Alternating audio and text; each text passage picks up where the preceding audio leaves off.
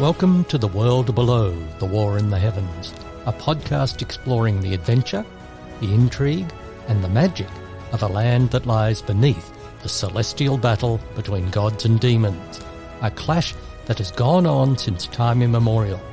I'm your guide, your interlocutor, and your host, Michael Pryor. Welcome everyone to episode 27 of The World Below, The War in the Heavens podcast, the 7th of season 3. This one is all about Queen Keska and the end of the nightmare period of Anarquist.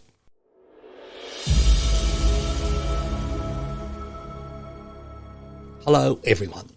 Prepare yourself for some deep diving into the reign of Queen Keska and the end of the nightmare years. Those were the days, my friends, I thought they'd never end. But gladly they did, thanks to Daimon Anarquist, the subject of the next episode of this podcast. It's inevitable, though, when covering the end of the nightmare years, that we look at the war that brought them to an end, and the general who led the army against the might of Anarquist.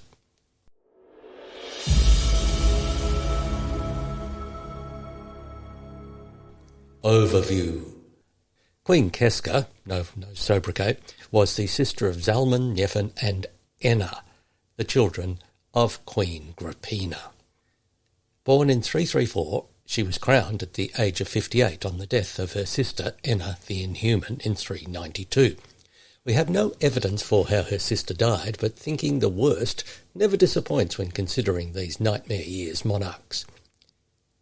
Keska reigned for 36 years, and if these years weren't as appalling for Anarquistians as the years under her mother, well, that shows how relative things can be. After a series of battles, Keska was deposed by Daimon the Brave in 428.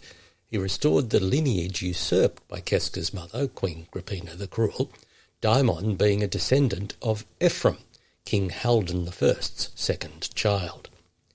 When you get down to it, most of Keska's reign was a continuation of her mother's, in that she finished many of the construction projects that she'd begun, and she continued to use slave labour. Where she was different is that she was more outward-looking than Queen Agrippina. Early in her reign, she ordered her armies to roam across the continent and pillage any settlement they came across for slaves. The Anarquistian army in this period was overwhelmingly larger and more professional than any other army from any other realm, and for 25 years the death, destruction and abduction rampage that Keska unleashed was pretty much unchallenged. Eventually, though, the man who became King Daimon I welded together an unlikely coalition of forces and managed to defeat the Anarquistian army in battle after battle, thanks to his military genius, which of course we'll cover more fully in the next episode. Keska was personally leading the last of her army in the ultimate and decisive battle of Tejemain Pass on the last day of the year 428, when she was killed in hand-to-hand combat with her successor, Daimon Anarquist.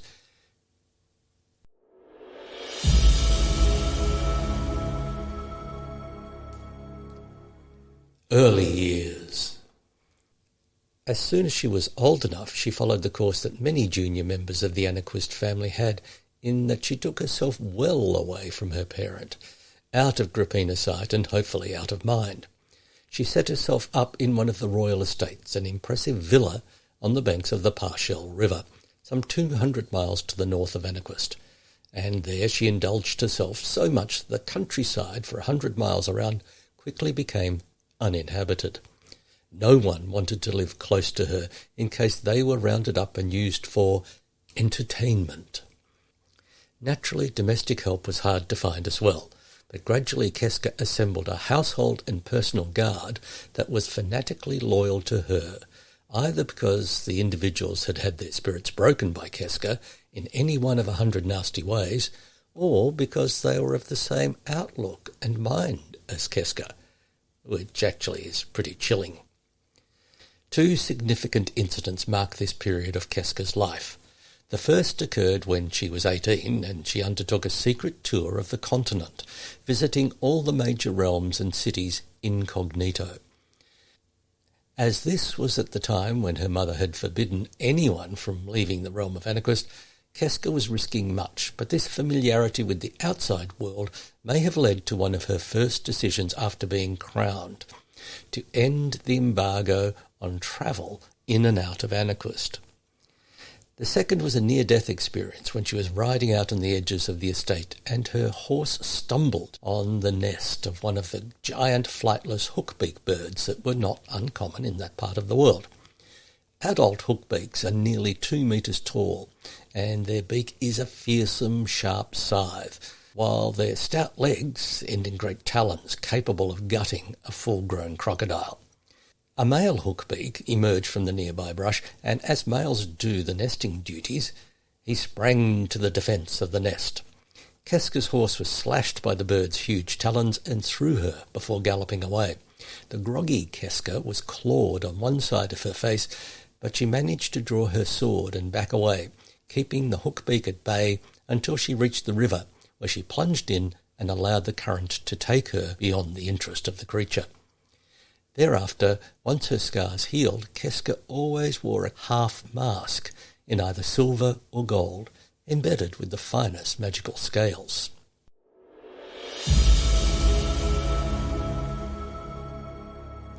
Reign highlights. Keska ascended to the throne in 392, and we have no indication that the transition was a problematic one. She was the last of her siblings, and as Queen Agrippina's succession plan went, no questions were asked. Keska's cylinder in the Library of Souls is one of those least consulted by monarchs of Anarquist, much the same as for the other Nightmare Years monarchs. Her entry in the annals is the usual self-serving stuff, where it notes her firm leadership, her intolerance of those who would do harm to Anarquist, and a belief that the people of Anarquist are truly the dead god's heirs. Standard stuff, really, when you get to write or dictate your own encomium. As detailed in episode 6 of this podcast, the matter of the demon temple came to a head in 414 during the reign of Queen Keska, albeit far away and mostly unnoticed by her. Still, an important event in time, and one with potentially far-reaching consequences that were only discovered much, much later. As noted above, Keska's reign was in many ways a continuation of her mother's reign and her siblings' reigns of terror, but with a more expansionist bent. Within a year of ascending to the throne, Keska had thrown open the borders and encouraged trade. The first, perhaps the most greedy merchants, benefited, but soon towns and states closest the borders came to understand that the opening of borders meant, to the Anarquistians, the start of years of army incursions into other lands in search of slaves. Within a short time, Anarquist was formally at war with every state, realm, kingdom and town across the continent. If Keska had have been the laughing type, she would have laughed at this, because before launching this program of military terror, she'd made sure that the Anarquist army was extremely well equipped, well commanded, and with good numbers, since Anarquistians were given the choice between serving in the army or being worked to death on building projects. It's estimated that eventually a staggering 40% of the adult population was in the army. The army's initial job was to find people to enslave. Pretty simple, pretty dreadful, but it was only a start. Soon, Keska turned her mind to conquest, and soon Gesh was under attack. Gesh was a small realm, not far from the northern border of Anarquist. It was famous for its weapon makers, who, in particular, produced edged weapons of unsurpassed quality. But the weapon makers had left Gesh sometime in the reign of Keska's sister, Queen Enna, after coming into violent disagreement with their brother, King Eefan. The Anarquistian army swept into Gesh unannounced in a shocking, overwhelming show of force. After the conquest of Gesh, Perrin came under attack, and soon the slightly more distant realms of Borte, Arenthia, and both Inner and Outer Honf were subject to incursions from the rampaging Anarquistian army. One thing to note, though, even Keska thought that invading Jalox would be a bad idea, and it was left alone. Distance and the forbidding desert had generally cut off the western side of the continent from the east, but Keska's military build-up had included extending the navy, so fleets were soon crossing the great southern gulf that vast open bay that forms much of the barrier between east and west of the continent on the side of the sea.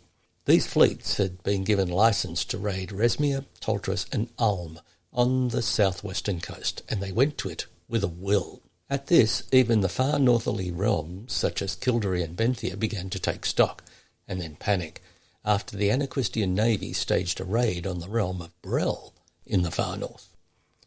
Accounts vary as to how many people from other realms were taken as slaves and dragged into a life of servitude, labour, and, most often, early death, but a figure that is generally agreed upon is somewhere around 200,000.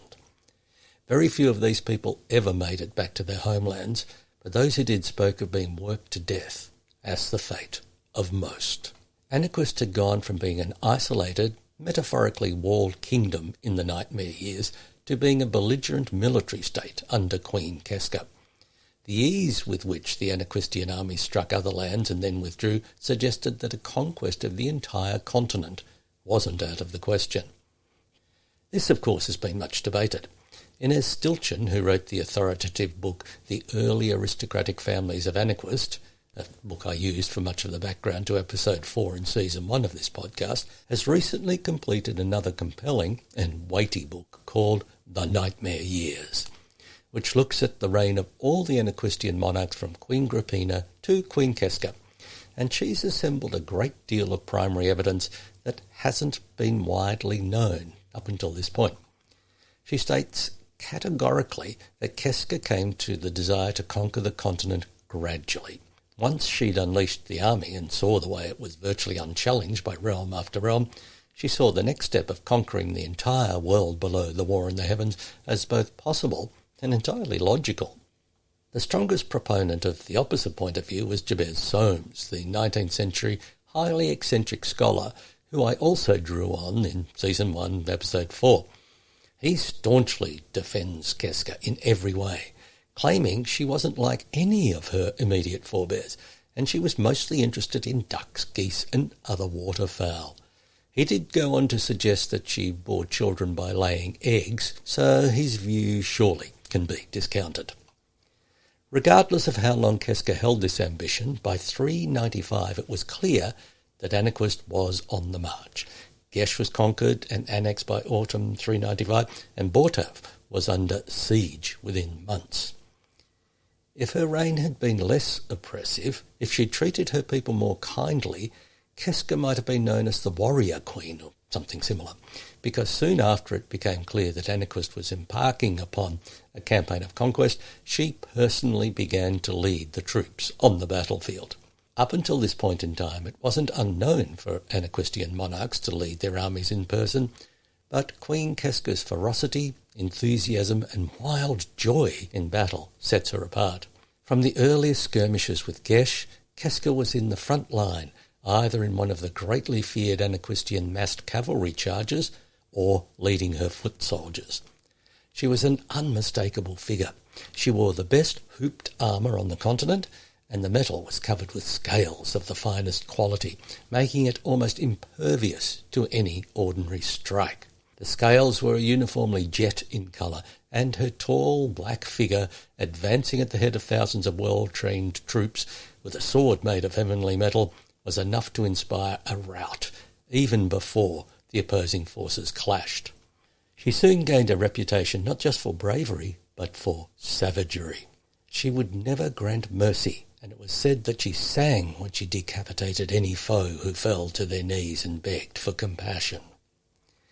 With Queen Keska leading from the front, the Anaquistian army was unstoppable. Thousands of prisoners were taken and dragged back to Anaquist as slaves. Keska dealt death in the thick of battle, flanked but never preceded by her personal guard, fierce warriors all. Soon after the fall of Gesh, tales of her bloodthirstiness spread across the continent. Not content to slay her foes, she was said to mutilate the fallen with wild glee.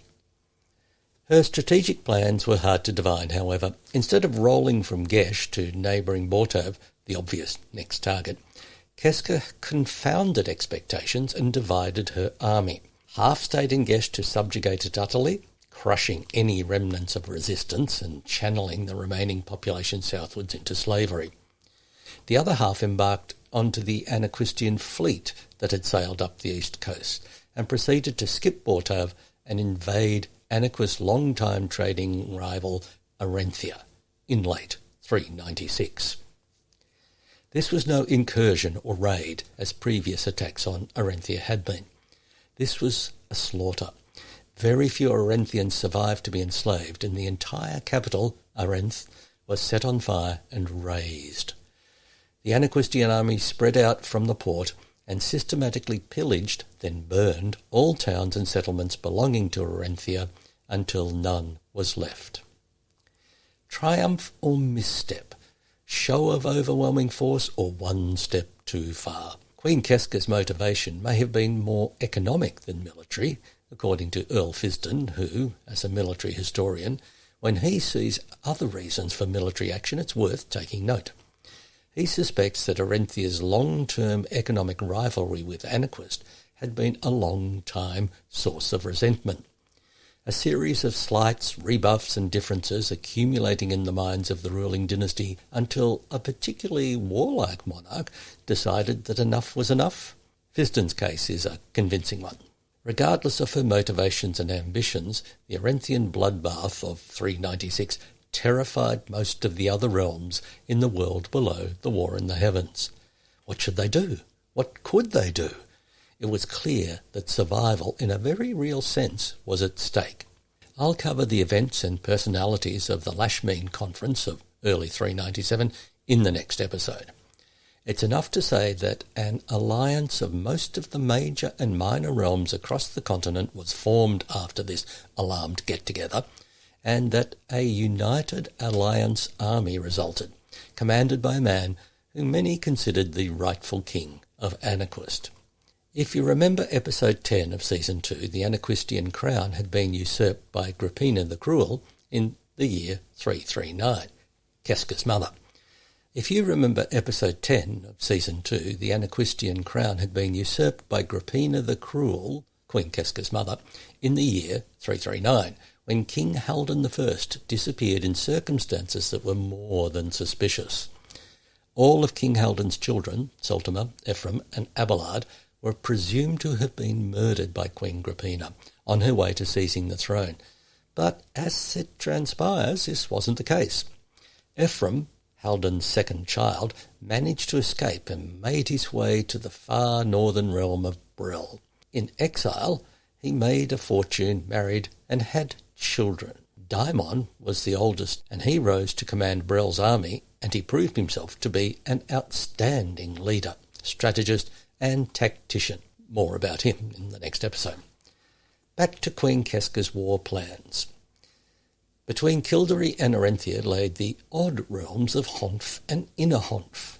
Were they part of the same realm? Were they separate? Who knows? And probably the Honfians didn't, as over these early centuries, these two lands, one on the coast and the other on the other side of the massive transcontinental mountain range, well, they've united and split again and again.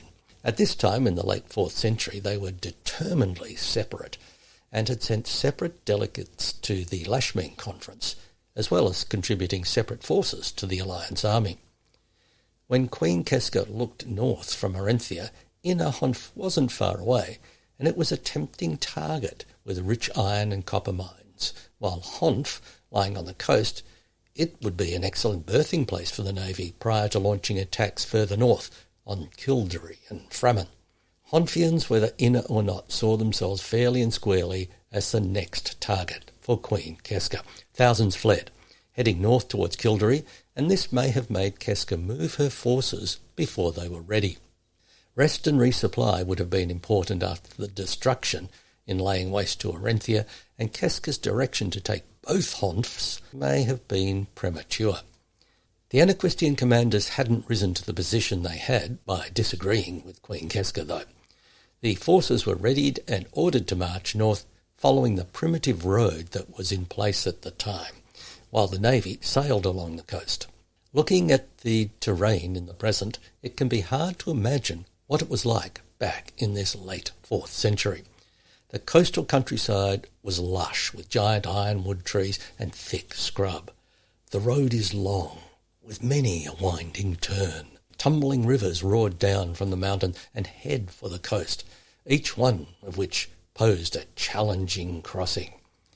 Regardless of the difficulties, and perhaps overconfident after the success of her campaign thus far, Queen Keska led from the front and advanced toward Humph. Attrition occurred, but Keska lashed her commanders and her troops, never flinching when faced by these natural obstacles. Was it fear or admiration that drove her soldiers on? Most likely a combination of both, plus the prospect of more loot. After the sack of Arenthia, even the lowliest foot soldier found enough to guarantee a comfortable life when their service ended, if they survived, that was. Reaching the somewhat indeterminate border of Humph with not inconsiderable losses due to the difficult march, Keska allowed her troops free rein in pillaging the eerily abandoned border towns they encountered, and then she made a fateful decision. Instead of marching straight for Chelling, the port capital of Humph, she decided to take her forces west to Inner Humph and subjugate it first before crushing coastal Humph. This was one of those tipping points of history. Who knows what would have happened if Keska hadn't gone this way? Would the Anaquistian army and navy have rolled over the coastal realms one by one, crushing them all before moving inland? Would the world below the war in the heavens today simply be called Greater Anaquist? Some suggest that the Alliance army had agents in Queen Keska's camp, trusted enough to suggest that tackling Inner Humph would be the best way to proceed. Others point to rumours of recent immense heaven falls in the desert to the west of Inner Humph. Regardless, Queen Keska marched her army across southern Humph to the main route through the mountains, the now fabled Tejemain Pass.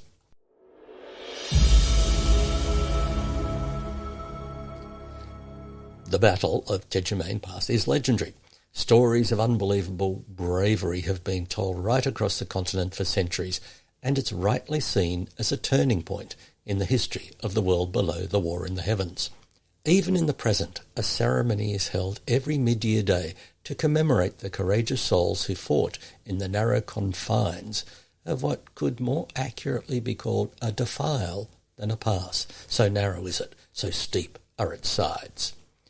The Tejemain Pass had long been the main route between Humph and Inner Humph, and despite its 12 miles of narrow twistiness, it was well used for trade and general communication between the two related realms.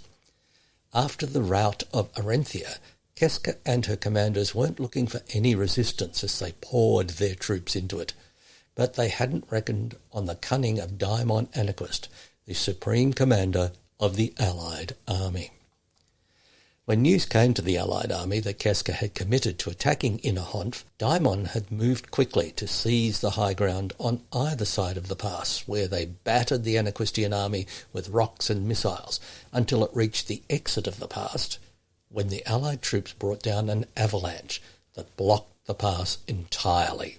The Anaquistians had to turn around. Easier said than done.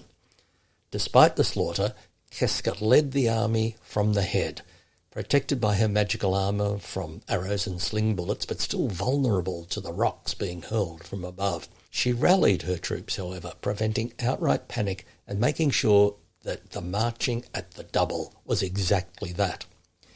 In the retreat, at least a third of Keska's army perished, but it was still a formidable fighting force when it drew within sight of the eastern end of the pass and freedom from the death from the heights. That was when Daimon Anaquist brought the rest of his allied army into formation to block the pass at that end. In the narrowness, numbers weren't as important as they would have been in the open field. 30-odd thousand Anaquistians faced 10,000 of the Allied army, but while the Allies held the cork in the bottle, boulders and missiles continued to fall from the heights to slaughter the Anaquistians. In the thick of the fray, as was her wont, after hours of horror, Keska, clad in her magical armour and with a scale-inlaid sword, had almost carved a way through the doughty Allied line.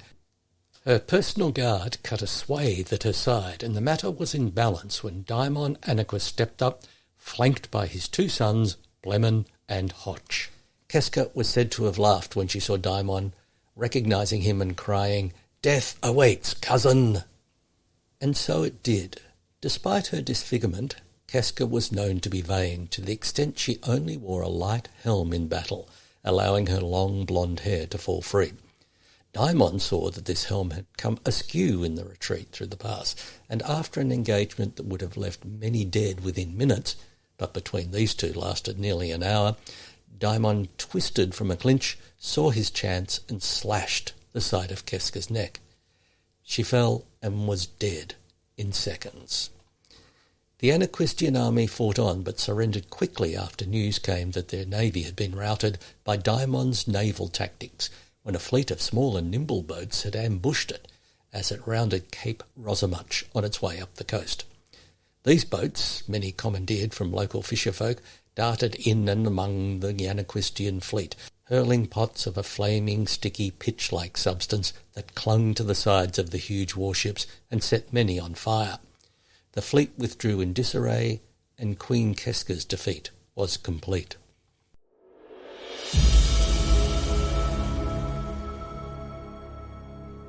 Personal life. Keska had 2 children by 2 unknown fathers. Enna was born in 402 and Yefan in 404, both named after Nightmare Year's forebears. Enna died with her mother in the Battle of Tejemain Pass, while Yefan left the capital as a youth and ended up in the Demon Temple, where he disappeared like all those who were there in the year 414. Keska was a formidable warrior, perhaps turning the family penchant for blood and cruelty to what some say is a more worthwhile pursuit, becoming an alarmingly competent military leader.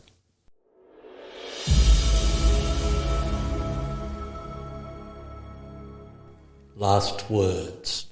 Queen Keska, the last monarch of the legendary Anaquistian Nightmare Years. Leader, warrior, very nearly the conqueror of the entire continent.